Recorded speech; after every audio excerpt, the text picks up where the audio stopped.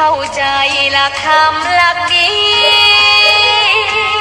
พลิ้วเพลงธรรมผูกสัมพันธ์จิตใจร่าเริงฟังสาระธรรมะบันเทิ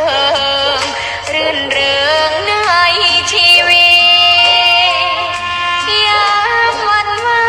งเดินทางไปเยี่ยมสถานีนัดพบกันน้องพี่วันนี้วันดีวันเสาร์สู่วันม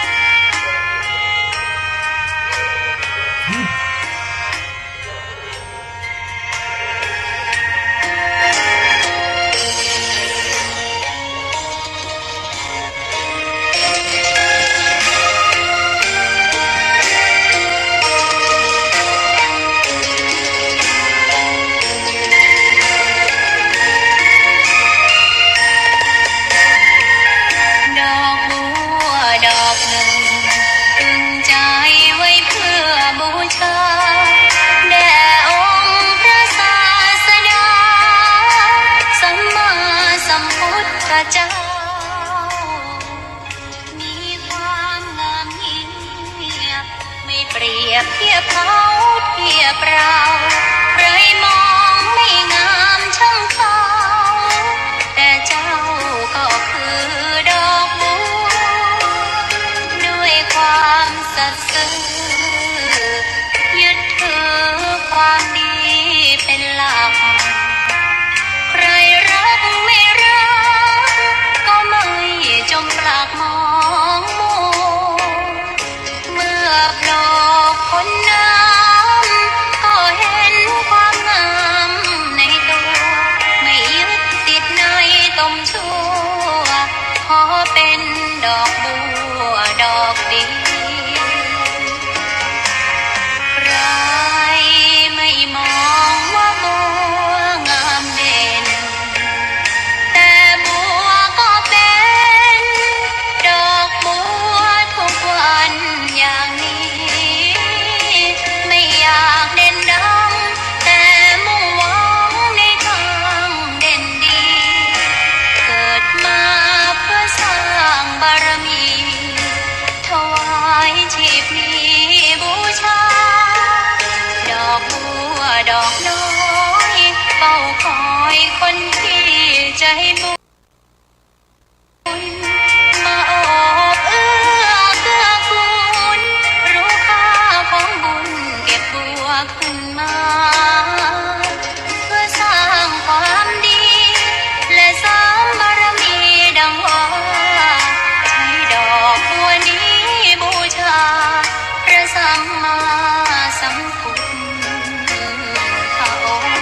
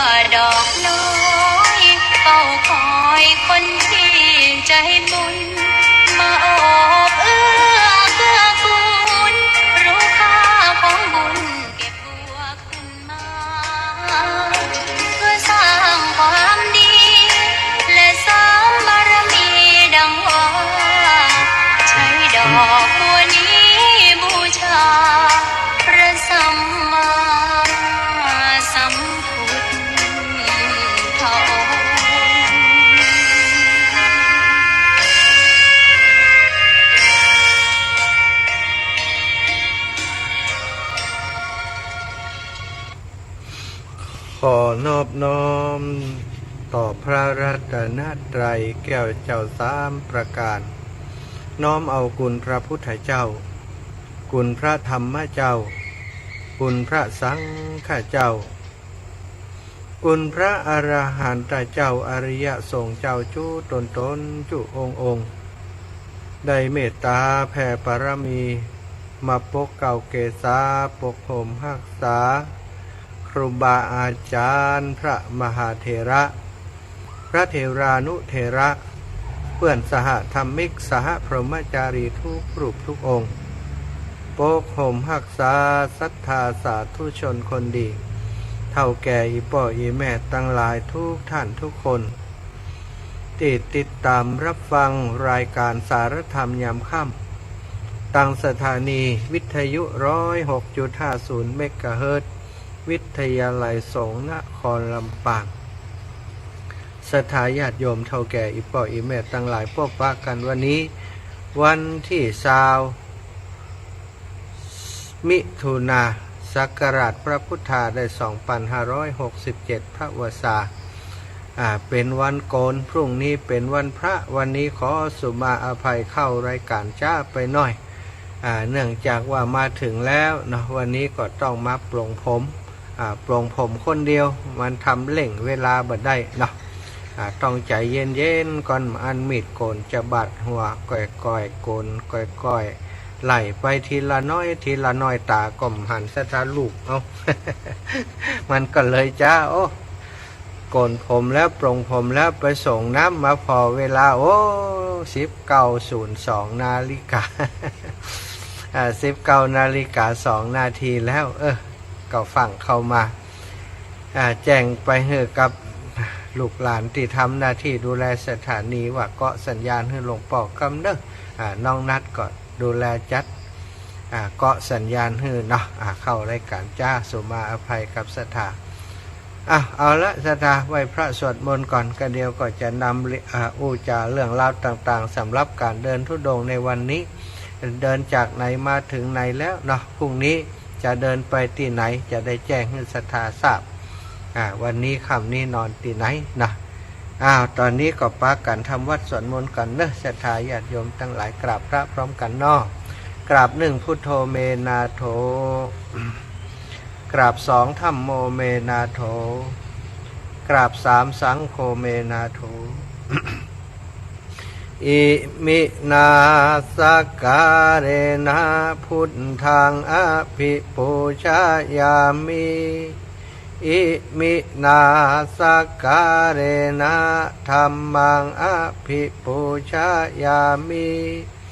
อิมินาสการะนะสังฆังอภิปูชายามิอะระหังสัมมาสัมพุทโธ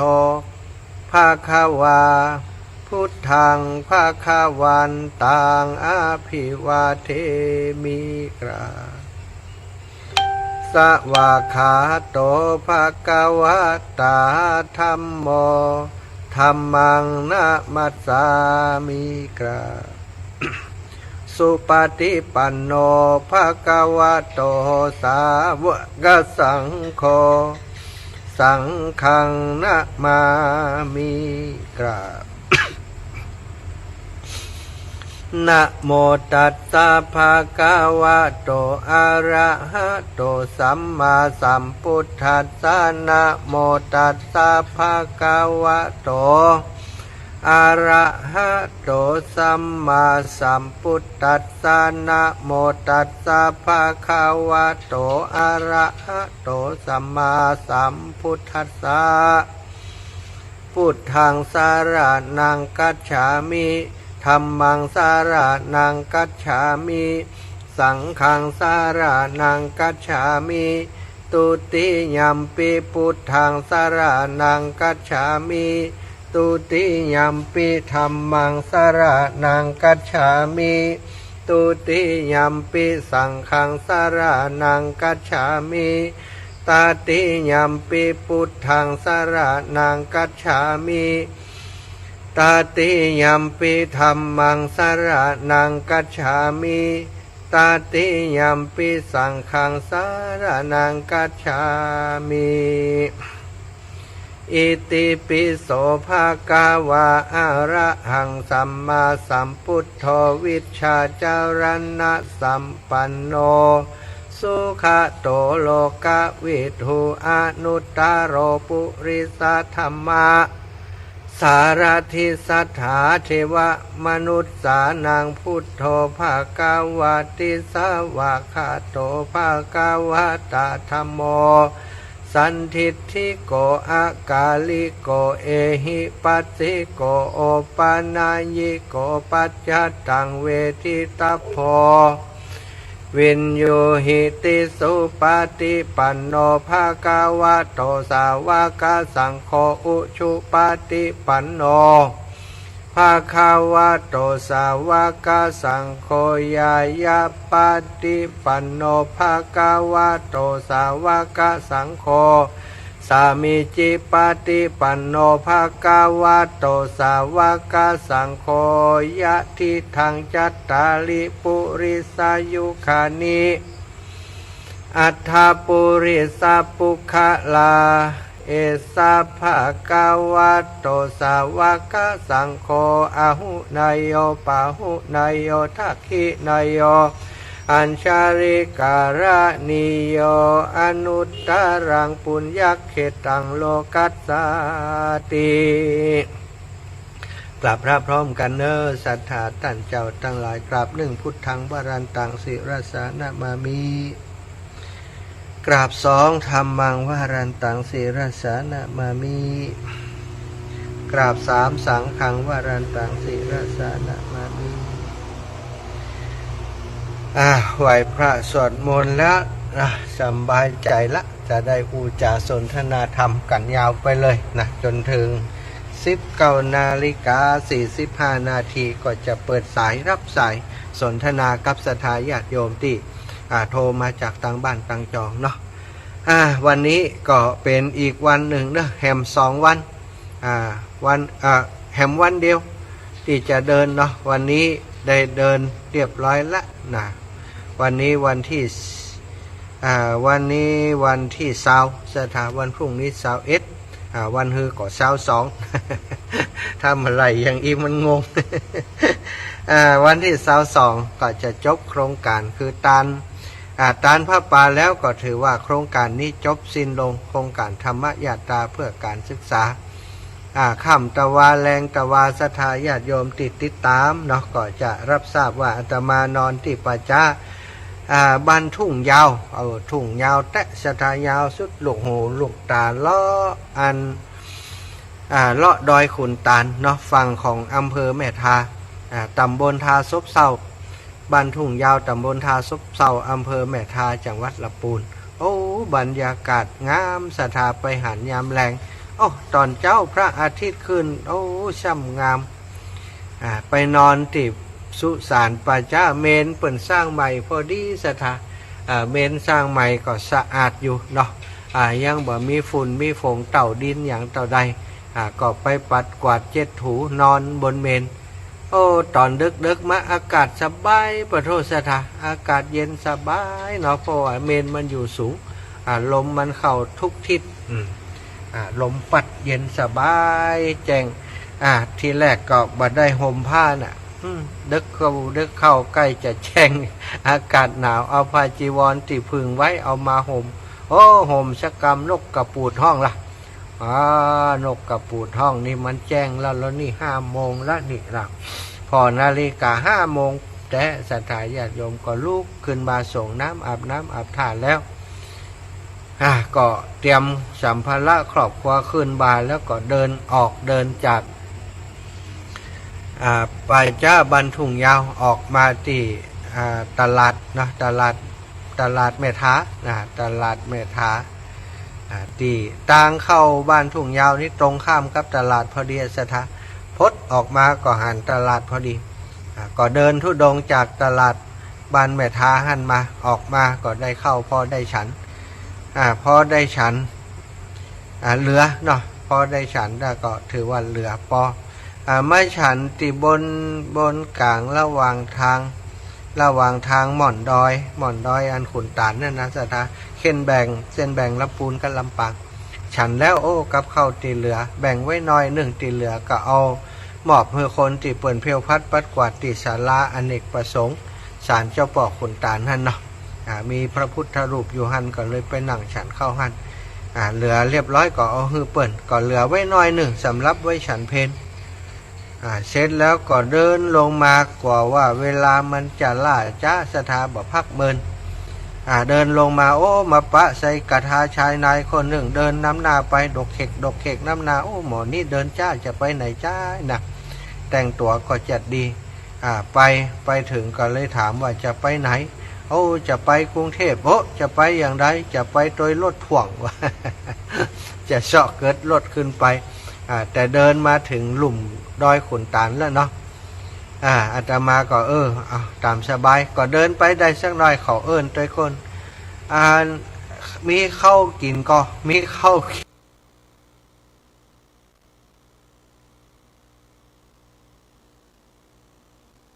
กินก็ อย่างใดดีจากขั้นนี่จะเดินมาถุงเกวียนนี่ไก่อยู่สถาอาตมาคิดว่ากับข้าวที่เก็บไว้ก็จะปออยู่สำหรับเพนเนาะเพนได้ฉันข้าวสักน้อยเหลือข้าวน้อยหนึ่งกับข้าว2-3อย่างเนาะติดหยาบมาขนมกล้วยก็กะว่าถ้าฉันเพนก็พอเดียนะผมเจอร้านเจออย่างฉันเพนมาอันกับปอโคกเปิ่นคอเหียยะอย่างใดมาคืดไปคืดมาที่แรกว่าจำฮือละจะเอาไว้ฉันเพนเดินไปได้สักหน่อยเดินตัวคืดตัวว่าโอ้หมอนนี่มันทำได้กินข้าวกำเตือพอหน้าตาก็สีดีอินดูอันละเนาะก็คงจะมีตังโดยพ่อพอท่านี่นะแล้วก็ระยะทางจากตีตรงนั้นเนี่ยกว่าจะไปถึงร้านค้าจะไปถึงกาดนี่มันก็ไกลอยู่ปลดจำพาละลงเอาบาทออกมาเอากับเขากับป่าตีอยู่ในหันเอาส่งไปให้เขาแถมน้ำเห็มขวดหนึ่งใช่ไหมอินดูมันเขามาคืดว่าเขาตึงเปิ่นตึงตัวถ้าเขาหิวเนาะอันนั้นเขาเจ้าก็ทำได้กินเพราะเขาเป็นคนน่าจะเป็นคนต่างชาติเป็นคนพม่าก็เป็นคนอย่างสักอย่างเนี่ยเปิ่นเดินไปจะไปเสาะหางานเนาะพอแล้วนะคำนวณเอาคืดเอานะ เพราะอูไทยมันทอบไว้นะเดินไปเดินเสียบร้อยกับอาตมาก็เดินจากจุดติปบเขานั้นพออาตมาเดินห่างมาหน่อยแกก็หยอบหนังลงหันจะหยอบหนังลงข้างตังฮะนะหนังกินข้าวกินน้ำฮันเป็นตาดีอินดูแต่ก็บักกล้าถ่ายรูปเขาเนาะอินดูเขาเพราะว่ามันเป็นเรื่องที่เป็นสิทธิส่วนบุคคล บอกควรจะทำก็เดินผ่านมาเดินมาจนถึง11 โมงเกิงสถากะว่าจะถึงตีอันศูนย์อนุรักษ์จ้างไตเดินมาอย่างไรก่อมถึงสถาถึงสักเดะมาถึงศูนย์อนุรักษ์ช่างไทยเนี่ยเที่ยงปลาย เท่ากับว่าวันนี้จบข่าวเนาะฉันมื้อเดียวบ่ได้ฉันเป็นสักกรรมตอนเจ้าก็ฉันได้น้อยเหี่ยแต่เป็นยังพอดีระหว่างทางก็มีญาติโยมถวายน้ำหวานผ่องนมผ่องเนาะก็เลยพออยู่ได้องค์ฮือศรัทธาพังจะเพื่อจะฮือศรัทธาได้อนุโมทนาบุญด้วยเนอะบางครั้งบางทีการเดินธุดงค์นี่เขาวางแผนจัดเดี้ยว่าไปถึงตรงนั้นเขาหู้ระยะทางเนาะแต่บางเตือมันก็ไปเจอเหตุการณ์แบบเนี้ยศรัทธาหู้อยู่ว่าคงจะต้องอดเพนแน่ๆถ้าเอาอาหารฮือเขานั่นนะ เสร็จแล้วก็เป็นอย่างที่คิดไว้เนาะแต่คนแหมคนได้มีชีวิตอยู่ต่อเฮาก็บ่ใช่ว่าหิวอย่างนักแต่ว่าเนาะฉันมื้อเดียวก็ยังพออยู่อันนี้ก็เป็นบุญอีกอย่างหนึ่งที่ทำวันนี้จากนั้นก็เดินมาเรื่อยๆศรัทธาญาติโยมจนมาถึงที่ตุ้งเกวียนประมาณตุ้งเกวียนนี้ประมาณสักบ่ายโมงบ่าย2 โมงเนาะบ่าย2 โมงจากนั้นก็เดินมาตรงเกวียนก็ได้ซื้อน้ำซื้อถ่าว่าจะเข้าไปซื้อน้ำพอดีเปิดเอาถวายเหี้ยสถาถวายน้ำเฮอก็ได้เดินมาจนถึงที่สถานีตำรวจห้างชัดก็จับพอดีกับเวลาที่จะต้องจัดรายการเดินเข้าไปในป่าเตียนแถวสวนของพี่น้องบ้านยางอ้อยเนาะหนังจัดรายการที่ ในสวนเปิ้นเป็นอันห้องปุ๋ยห้องอย่างเปิ้นมั่วซะได้ เข้าไปหนังอันตีอันห้องตีเปิ้นทำงานให้เป็นกลุ่มสหกรณ์ทำเกี่ยวกับอันเศรษฐกิจพอเพียงเปิ้นทำปุ๋ยทำอย่างนั้นเนาะแต่บ่มีคนอยู่มีไผอยู่ก็ไปนั่งจัดรายการอยู่หั่น15 นาฬิกาถึง16 นาฬิกาเสร็จแล้วก็ได้ในระหว่างจัดรายการเนี่ยก็บอกว่าอันพี่น้องบ้านแม่ปุ่งเปิ้นรับแซบเนาะเลยอันที่แรกว่าจะแวะป้าจ้าแม่ปุ่มพี่น้องแม่ปุ่มดักแซบสงสัยมันได้แวะละนะมีไฟโทรหาเลยก็พอดีมีแม่บัวแม่อันแม่บัวคลี่ก็ไผ่หัวเปิ้นโทรมาเปิ้นโทรมาบอกว่าอันแม่ไล่เนาะแม่ไล่ต่างถิ่นโทรมาว่าโอ้พี่น้องแม่ปุ่มแม่คำปันเปิ้นญาติเปิ้นเสียนะเปิ้นเลยบ่ได้โทรหาท่านอาจารย์ว่าอันเปิ้นก็บ่นน้อยใจว่าอาจารย์ตึ้มติดต่อมา ตูเจ้าจะติดต่อไปบางเตือก็เกรงใจเนาะโอ้ตูเจ้าอย่าได้โทรหาญาติโยมแต่สกรรมก็ประสานกันไปมาปรากฏว่าโยมแม่คำปันโยมแม่คำปันก็อยากจะให้มาพักตีอันป่าจ้าบ้านแม่ปุ่มก็เลยว่าจากปากตางนี่เข้าไปป่าจ้าบ้านอีแม่นี่ถ้าเดินทำมาถึงไอ้แม่มันจะขำไปแห่ก่อนถ้าจะใดถ้าอีแม่มีรถก็มาฮับเฮาตีอันปากตางนี่ก็แล้วกันนี่นะก็เดินมาเรื่อยๆอีแม่ว่าเปิ้นว่าจะให้รถไปฮับอาตมาก็เดินมาจนถึงบ้านเราเนาะปากตางเข้าบ้านเราเลยมาสักหน่อยเนี่ย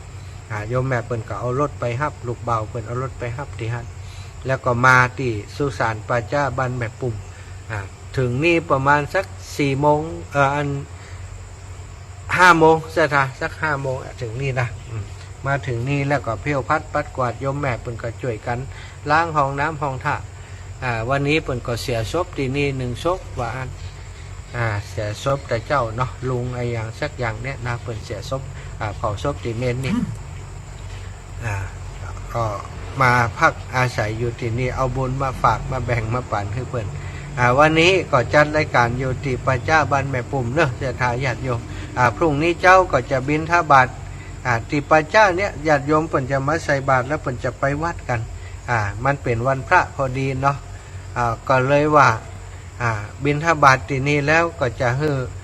ญาติโยมเปิ้นไปส่งที่ปากตางเหกรรมส่งที่ปากตางแล้วก็จะลวดอันเดินจากจุดที่จัดรายการเนาะต่อไปจนถึงในเมืองลำปางก็เหลือระยะทางอีกบักไก่และสถาสัก10 กว่ากิโล18เกือบจะ20 กิโลเนาะไปถึงตัวเมืองลำปางก็คงจะพอดีกับการเดินในวันพรุ่งนี้ของอาตมาภาพเป้าหมายวันพรุ่งนี้นี่ก็จะไปเดินไปถึงป่าจ้าบ้านบุญเกิดเนาะติดตั้งใจไว้ได้ติดต่อได้บอกคือกับโยมน้องสุขโยธินแล้วว่าตุปีจะไปพักที่ป่าจ้าบ้านบุญเกิด1 คืนแล้วก็ตอนเช้าวันที่22ก็จะได้เดินจากป่าจ้าบ้านบุญเกิดไปที่บ้านของน้องแอมพัชริยาฟองจันตาซึ่งเปิ้นจะขึ้นบ้านใหม่ก็เป็นตั้งผ่านที่จะไปวัดบรรพตสถิตพอดีก็คงจะจับเวลาที่เปิ้นอันขึ้นบ้านใหม่พอดีออกจากหันไปเดินจากป่าจ้าบ้านบุญเกิดนะก็ไปถึงที่บ้านน้องแอมหมู่บ้านธนวันไปร่วมพิธีขึ้นบ้านใหม่เสร็จเรียบร้อยแล้วฉันเพลแล้วก็จะเดินทางไปที่วัดบรรพตสถิตกะว่าไปถึงวัดบรรพตสถิตประมาณเที่ยงเนาะประมาณเที่ยงศรัทธาญาติโยมอีพ่ออีแม่ทั้งหลายเนอะใครที่จะไปตานพระป่าด้วยกันเนาะก็อยากจะให้ไปเป็นกำลังใจกันนักหลายๆสตังบ่ได้นักบ่เป็นหยังแต่ก็ขอให้ได้กำลังใจนักหลายๆวันนี้ก็มาเช็คขอยอดที่ศรัทธาญาติโยมหายหอมมาเริ่มทยอยหอมมาหอมพระป่ามากันหลายคนคนละ100 200ผ่องคนละ50 40 50ผ่องก็ต้องขอบคุณทุกคนเนอะที่หายหอมมาเนาะมีโยมน้องสุขใจยามีบ้านสันดอนแก้วหอมตึงพระป่าโรงเรียนแล้วก็หอมตึงเตียนแล้วก็โยมแม่จินดาใจยามีก็หอมถึง2 อย่างเนาะ ก็ฝากให้ฝากพอมาวันนี้ต้องขอขอบคุณเป็นอย่างสูงเด้อโยมแม่จินดาแล้วก็โยมน้องสุขใจยามีจากบ้านสันดอนแก้วก็หลายท่านหลายคนเนาะเปิ้นได้โอนปัจจัยมาอันนี้มีอันนี้เตียนเตียนนิ่มประกาศเลยเนอะเตียนนี้โยมน้องวัสนาอุปป้อแจ้งมาเนาะโยมน้องจำเนียนร่วมทำบุญโรงเรียน300 บาทค่าน้ำกับไฟ200 บาทสาธุเนอละจำเนียนกันทาทองบันนั้นบั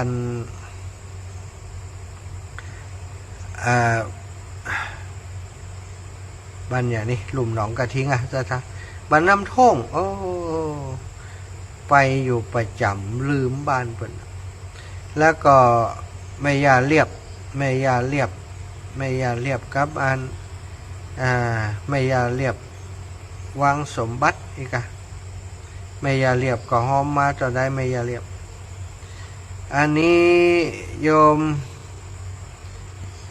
มแม่จันตาเชื้อเมืองพานขอร่วมทำบุญผ้าป่าการศึกษา200 บาทถวายท่านอาจารย์100 บาทรวมเป็น300อนุโมทนาบุญเด้อโยมแม่จันตาเชื้อเมืองพานได้ร่วมบุญมาอนุโมทนาบุญให้โยมแม่ด้วยแล้วตังใดแหมแม่อุไรวันธรรมะขันแข็งมา200 บาทสาธุเนอโยมแม่อุไรวันธรรมะขันแข็งแม่อุไรวันนางสาวสุนีรัตน์อภิญญากร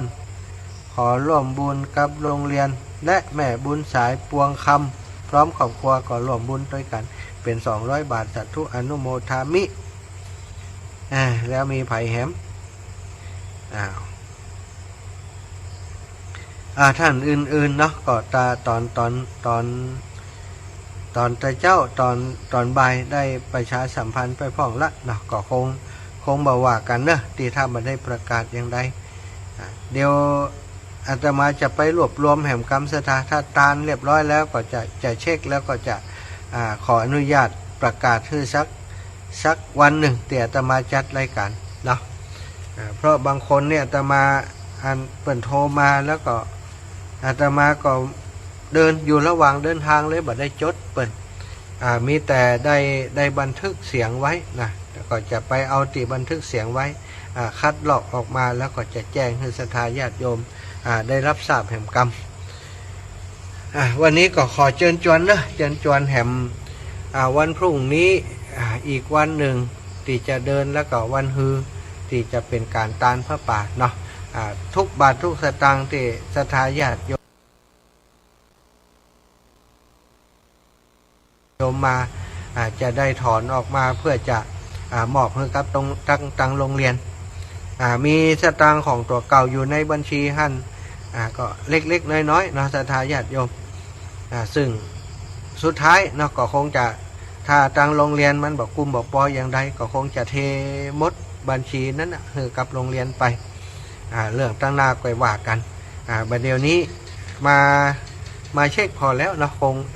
เป้าหมายที่จะได้ครบในปอนี่คงจะอยู่ห่างไกลอยู่เนื่องจากว่าปีนี้กิจกรรมบ่ได้ทำกิจกรรมอย่างปีที่ผ่านมาทำกิจกรรมรอเทียนพรรษาการใช้จ่ายที่เป็นส่วนต่างเนาะหักการใช้จ่ายอันอย่างแล้วก็เหลือสตังค์ตอนรอเทียนนั้นพอที่จะเอาเงินโรงเรียนอยู่แต่ปีนี้นี่เฉพาะพระป่านี่ก็คงบัดต่อได้แต่ก่อมเป็นอย่างสถาใดต่อได้ก็ตีเหลือก็จะหาต่อไปบางทีก็อาจจะต้องทำกิจกรรมอย่างอื่นอาจจะเดินในช่วงระยะเวลาสั้นๆสัก10 วัน20 วันถ้ามีเวลาถ้ามีโอกาสหรือว่าจะหาวิธีอย่างใดก็ยังบ่แน่ใจเตือนเนาะสำหรับอันเรื่องการช่วยเหลือการศึกษาในครั้งนี้ปีนี้ก็นักใจพอสมควรสถานเศรษฐกิจของญาติโยมก็ลำบากนะอาตมาก็เข้าใจเพราะว่าเท่าที่เดินมาเนี่ยร้านหลวงต่างๆปิดไปนักสถาหันแต่ป้ายประกาศขายที่ดินขายบ้านขายจ้องต่าง ศรัทธาญาติโยมเปิ่นก็คงจะลำบากแบบใจคงจะลำบากเปิ่นก็ลำบากเนาะโอ้ชดไปเชียงใหม่กันนี่ ฮะนี่อันนี้ไม่พอเจ้าไม่พรเปิ่นดังไปถึงเชียงใหม่กะเจ้าเปิ่นรับสัญญาณไปปุ่นโลนี่สาธุเจริญปอนแม่กำลังออกรายการอยู่แหละออกรายการนี่แม่ว่าได้จ้ะอันไม่โอนปัจจัยไปแต่เจ้าละเนอะแม่พรกับไผ่พ่องคนเดียวกะคนเดียวเจ้าแม่โอนไปแต่เจ้าประมาณ8:00 น.เนี่ยเจ้าที่แม่หอมโรงเรียนน่ะเนาะเจ้าหอมโรงเรียน100แล้วก็อันนี่ต่อเตียน100 2อย่างเนาะเจ้าแม่พรนันทะเองก็นันพะนัดเนาะชื่อเต็มแม่ว่าแม่สมพรก็ย่ำหวานเต็มอ่ะว่าสักว่าแม่พรเดี๋ยวจะแก้ไขก่อนแม่สมพรนันพะนัดนะฮะ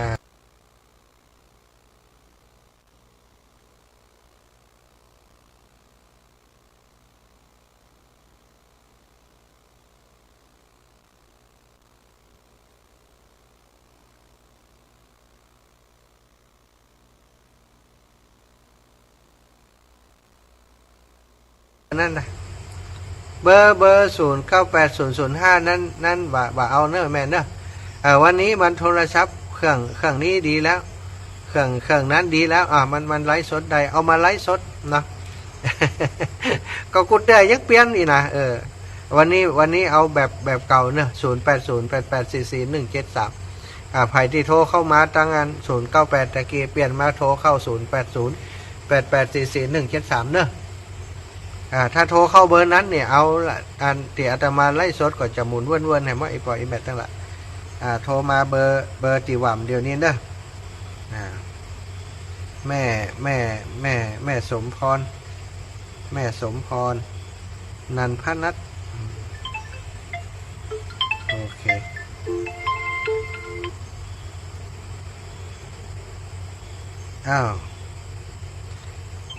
เจริญปอนแม่สิริเขียวคำอีแม่ไปก่อนเช้า2วันนี้ไปโรงพยาบาลนะเจ้ามาได้ไปแต่โมเปลี่ยนไปเนอะโมหนองงอกเนอะไปหลายพอเนอะโอ้สาธุก็คิดว่าจะไม่ฝากสตังค์ก่อนก็คิดไปคิดมาถ้าอยากอันมาได้ไปคิดกันไปหาเปิ่นเลยฝากเกินกันจงกานี่เนอะอีแม่จะโอนเอากะโอนน่ะเจ้าได้กายโยมแม่โอนอยู่ที่ไหนเดี๋ยวนะ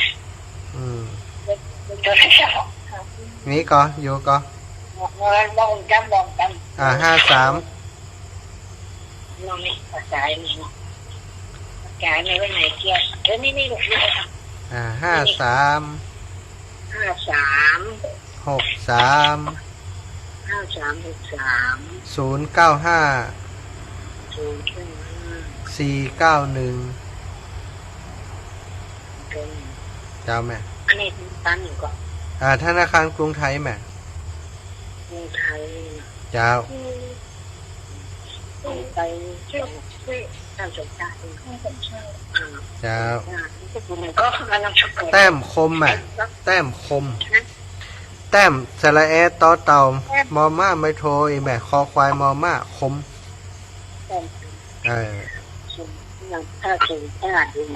เจ้าแม่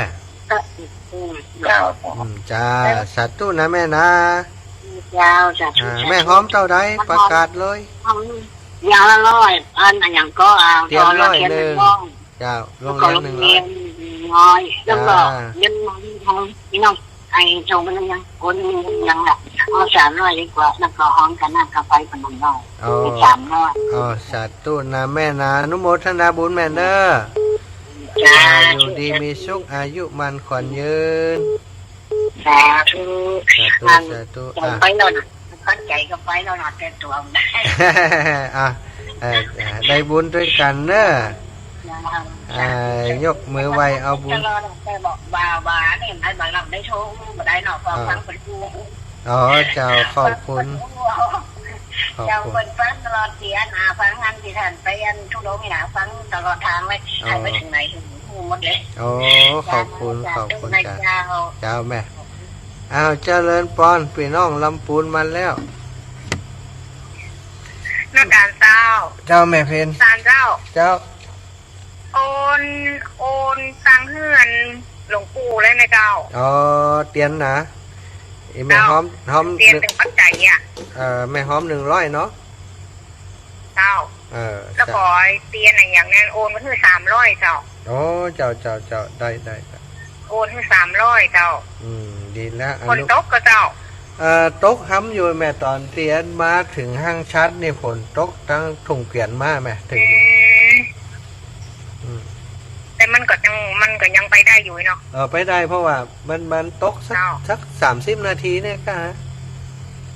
ตกลมก็ยังมันเสี่ยง มันตกเสี่ยงแล้วมันก็ยังเสี่ยงแล้วก็ยังมันก็จะซ้ำมันก็มาซ้ำเจ้าแม่มืดไหนตกหันเดี๋ยวนี้ฝนนะเจ้านี่ก็เหมือนกันเหรอมืดไหนตกหันนะมืดไหนตกหันเจ้าสาธุนะแม่เนอะเป็นกำลังใจเด้อเจ้าขอบคุณ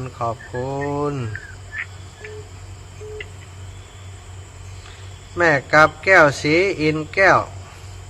เจ้าไว้จ้าเจ้าเราได้ไปขึ้นบ้านใหม่น้องแอมเพราะว่าอู้กันกับเมโดกันลูกขุนจะตดมาบ้านแม่กับแก้วก่อนเมโดกับลูกขุนแล้วจะมากินเขากันนี่แล้วก็จะเข้าไปวัดบรรพตเนาะเจ้านาทีมากินข้าวด้วยกันบ้านน้องแอมก็เมโดกับน้องขุนอู้กันว่าตดมาฮักแม่กับแก้วลวดเนาะกินข้าวแบบนี้เนาะก็ใครมาแอลตัวท่านอาจารย์เมโดกับลูกขุนมาตดมาแอลมาหาบ้านแม่แล้วก็เข้ากันสักเตียงสายกับไปวัดเนาะเจ้าแต่ถึงไหนแล้วก็เดินนี่แล้วแต่จิตศรัทธาบ้านปงบ้านแม่ปุ่มหลวงป่าจ้าแม่ปุ่มหลวงบ้านแม่โบชีก็เจ้าไม่ใช่แม่บุญธรรมแม่บุญปันแม่บุญปันแม่เจ้าก็บอกพันปอดาบท้องรอหารฟ้าเลื่อนมูนี่กะเนาะป้ากันกับมุจักกันป้ากันเต้นไปมุจักแม่โบชีอย่างเงี้ยแม่โบชีแม่พี่สมัยเนี่ยมุนั่นก็มูนี่เปิดนั้นติดงานเปิดจังติดงานกูแต่งานมันจังตรงกันบ่ค่อยได้ไปมันก็มุจักกันหลายอยู่คือสีขาวมุจักกันไปจิ๊กก็ดีแล้วหลวงปู่ก็บอกแล้ววันที่7เดี๋ยวแม่กับไปเนอะแม่กับแก้วได้ลื่นนะเจ้าอูหลวงปู่ละดีกะเอาของกินน้ำมาด้วยเนอะเฮ็ดหอบเอาเก่าเอาเฮ็ดหอบมันบ้องหลวงปู่อ่ะมันบ้องเจ้าได้ไปซื้อแคบหมูซื้ออย่างไปนะฮะหลวงปู่เนาะเจ้าแม่เจ้าสาธุเนอะเจ้าพี่น้องบ้านหัวฝายเนอะพี่น้องหัวฝ่ายวันพุธเป็นวันพระใช่ไหมวันพระไปวัดไปวาเนาะตานไปวัดไปวาไปวัดไปหับศีลฟังธรรมไปตานขันเข้าไปดูแลครูบาอาจารย์เป็นเนอะอยู่ไกลวัดไกลวาไหนก็ไปวัดวาหันพี่น้องต่างอันบ้านแม่ปุ่ม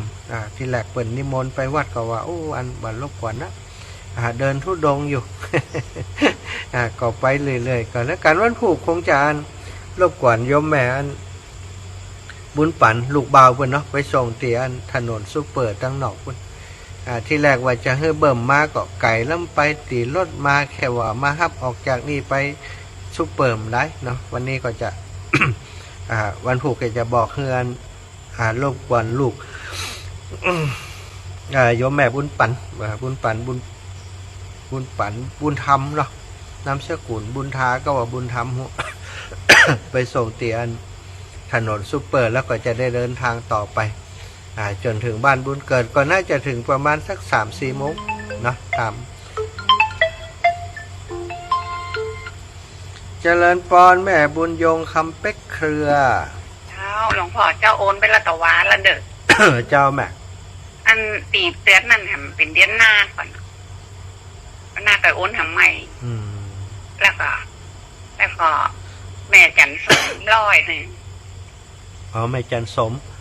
กับวิชัยเจ้าแล้วก็แม่จันคำกับอันฟูคเจ้าเดี๋ยวเขาบันทึกไว้กันนะแม่ว่าไม่ละแม่จันสมกับวิชัย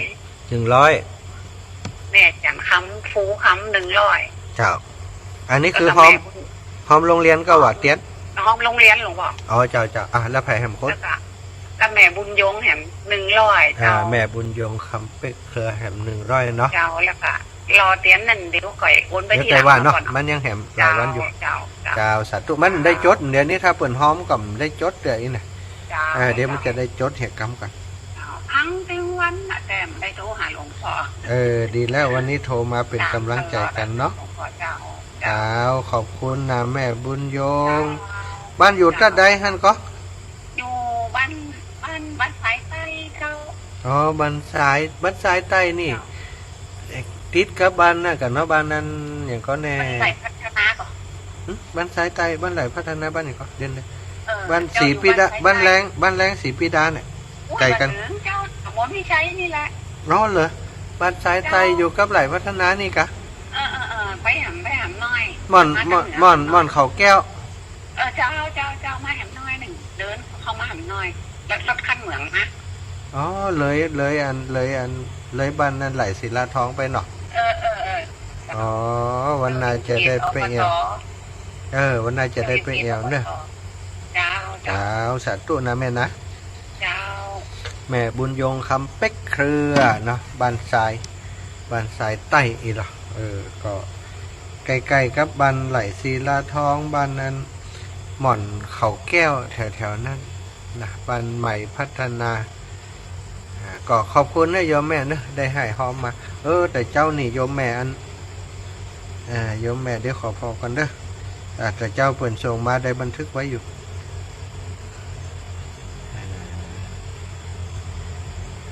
โยมแม่โยมแม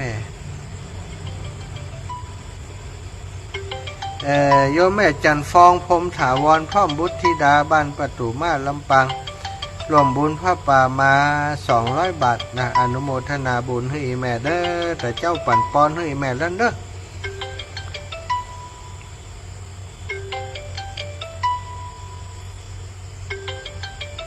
น้องอยู่ไหนแล้วนี่ตะกี้หันแต้นี่แม่อันนี้โทรอีแม่โทรอันนั้น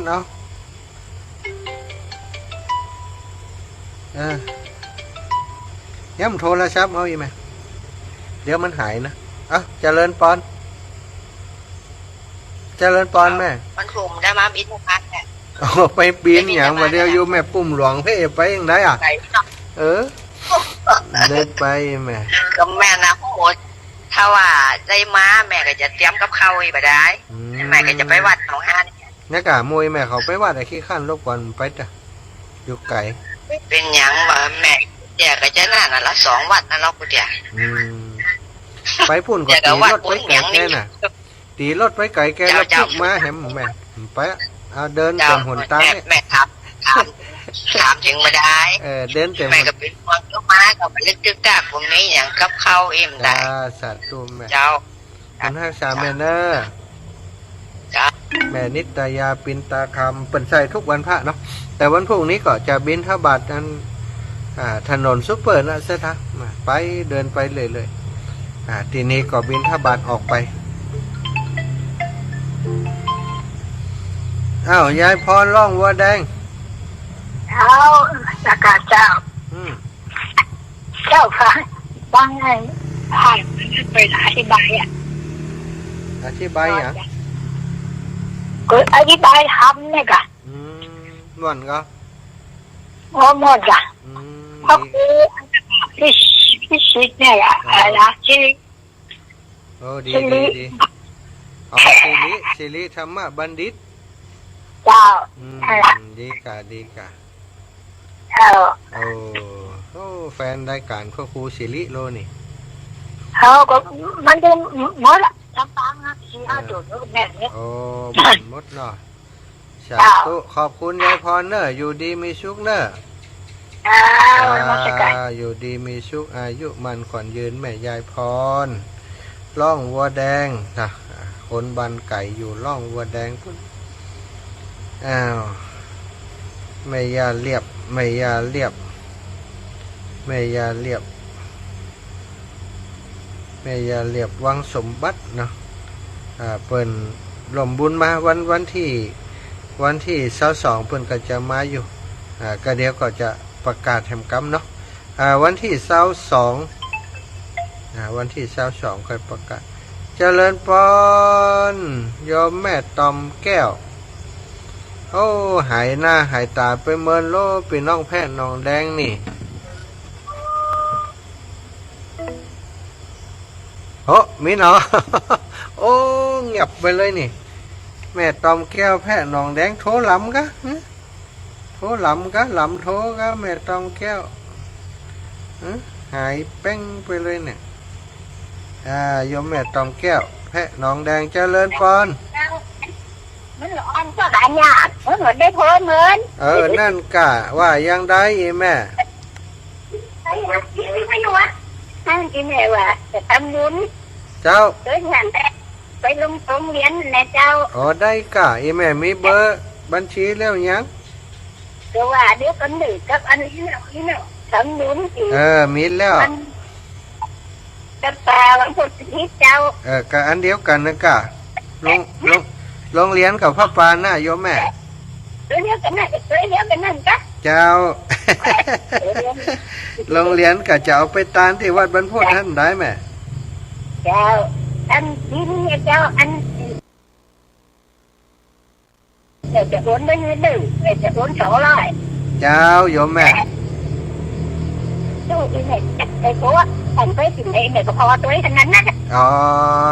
ออนอยู่ล่ะก็ไปถึงไหนสาธุนะแม่ย่าจ้าอยู่ดีมีสุขเรียบร้อยแล้วเนอะเจ้าหัดสอนตัวดีๆเนอะเจ้าอีแม่